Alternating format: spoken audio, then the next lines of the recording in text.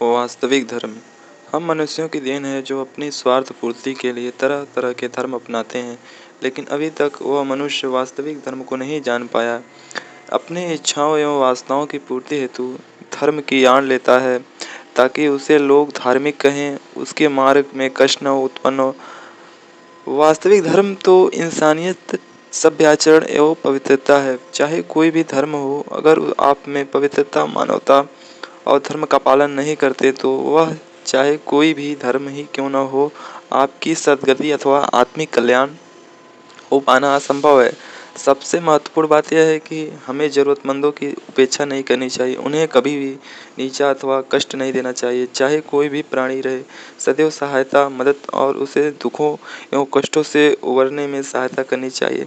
हमारे हिंदू धर्म ग्रंथों में कहा जाता है, मातृ देवो भव, पितृ देवो भव, आचार्य देवो भव तथा अतिथि देवो भव की परिकल्पना में आधुनिक पाश्चात्य संस्कृति में रंगे घुले पले पोषे मेरा पेट आहू आहू मैं न पूछूं काहू काहू के उदाहरण की जीवन में कमी नहीं। अब तो देवो भव की भावना कहीं किसी परिवार में, युवा साथी में, सामाजिक परिवेश में तथा नर नारी में देखने को मिल जाए तो आश्चर्य होगा। यह हमारे लिए एक चुनौती है कि हम देवो भव रूपी अपनी संस्कृति पर गर्व कर सकें। आज हम कैसा आचरण व्यवहार कर रहे हैं और कल हम कैसा आचरण व्यवहार के परिवेश में जीने के लिए विवश होंगे। यह सोच, यह विचार हमारे चिंतन से दूर होता जा रहा है। आज किसे आदर्श व्यक्ति या आदर्श परिवार कहें, इसके लिए एक बड़ी प्रयोगशाला अथवा शोधशाला बनानी पड़ेगी। आइए जीवन की एक ऐसे ही कथानक के माध्यम से विषय को प्रस्तुत करने का प्रयत्न करते हैं। पंडित जी अपने प्रवचन में उद्बोधन में परिवार की आवश्यकता तथा महत्ता के विषय में बता रहे थे कि हम जैसा अन्यों के साथ व्यवहार करेंगे वैसा ही हमारे साथ कोई दूसरा भी व्यवहार कर सकता है, क्योंकि छोटे तो बड़ों से ही व्यवहार और शिक्षण प्राप्त करते हैं। एक श्रेष्ठी के परिवार में सेठ जी, उनकी पत्नी तथा दो बड़े लड़के तथा श्रेष्ठी की बूढ़ी आसक्त माता थी। बूढ़ी माता को एक कोने में टूटी खटिया पर फटे पुराने गंदे बिस्तर पर लिटा रखा है। भोजन के लिए अलग से मिट्टी के गंदे बर्तन जिसमें नौकरानी के हाथों दूर से भोजन दिया जाता है, वह भी जूठा, जला एवं भुना। बड़े लड़के की बहुत ही धूमधाम से शादी हुई, पकवान बनाए गए, परंतु न तो श्रेष्ठी ने अपनी माँ की सुध ली, न उसकी पत्नी ने अपनी बूढ़ी सास की। बेचारी बूढ़ी अपने बुढ़ापे को कोस रही थी, आंसू बहा रही थी। ऐसा कौन सा गुनाह किया कि जिस कारण मेरी बहू ने मेरे साथ ऐसा दुर्व्यवहार किया, जबकि बहू के इस घर में आगमन पर मैंने पलक पावड़े बिछा दिए थे, अपने भाग्य को सहारा था, परंतु हाय रे बुढ़ापा, क्या मेरे लिए अभिशाप बनकर आया है। क्या यह बहू कभी बूढ़ी नहीं होगी, तब इसकी बहू भी मेरे साथ किए जाने वाले व्यवहार को दोबारा नहीं भूल सकेगी। तब इसे मालूम होगा कि बूढ़ों की उपेक्षा, अपमान तथा घृणा क्या होती है, और तब उसका कितना दुखदायी समय होगा। शेष जीवन कैसा कीड़े मकोड़ों की तरह बीतेगा, अनुभव होगा। तब होगी केवल पश्चाताप की अग्नि में जल जलकर मर जाने की विवशता। समय ने करवट ली। समय तथा परिस्थिति बदलना किसी मनुष्य के हाथ में नहीं है, यह तो पूर्णतः ईश्वराधीन है। सृष्टि के बड़े लड़के की शादी शिक्षित, संवेदनशील, सुशील कन्या के साथ बड़े ही धूमधाम से संपन्न तो हो गई, परंतु बहू ने घर का वातावरण, अपनी बूढ़ी सास के प्रति जो व्यवहार देखा, उसे वह मन ही मन सहन न कर सकी।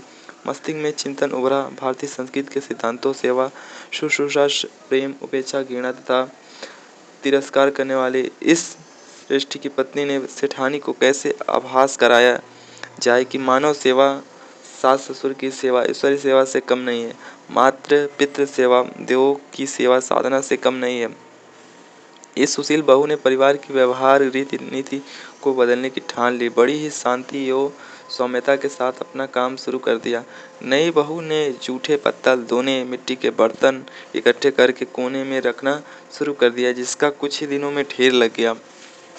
सास ने ढेर को देखा तो बहू से पूछा, ये क्या है, यहाँ इन जूठे पत्तल, मिट्टी के बर्तन, गिलास इकट्ठे क्यों कर रही हो।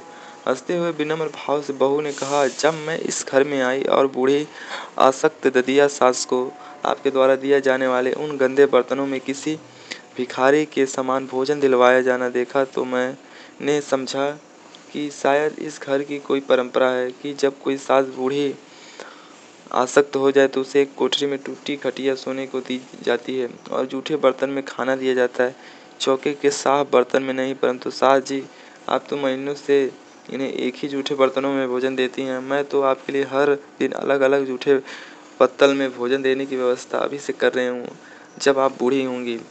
उस सास की मन की आंखें खुल गईं। अपने किए पर पछतावा करती हुई आंसू बहाती अपनी बहू के चरणों में गिरकर अपने किए के लिए क्षमा मांगने लगी और शीघ्र ही उठी अपनी बूढ़ी सास के पैर पकड़कर क्षमा मांगने लगी। उनको वहां से उठाया, बढ़िया बिस्तर पर लिटाया, बढ़िया बर्तनों में परिवार के सभी सदस्यों की भांति भोजन देने लगी।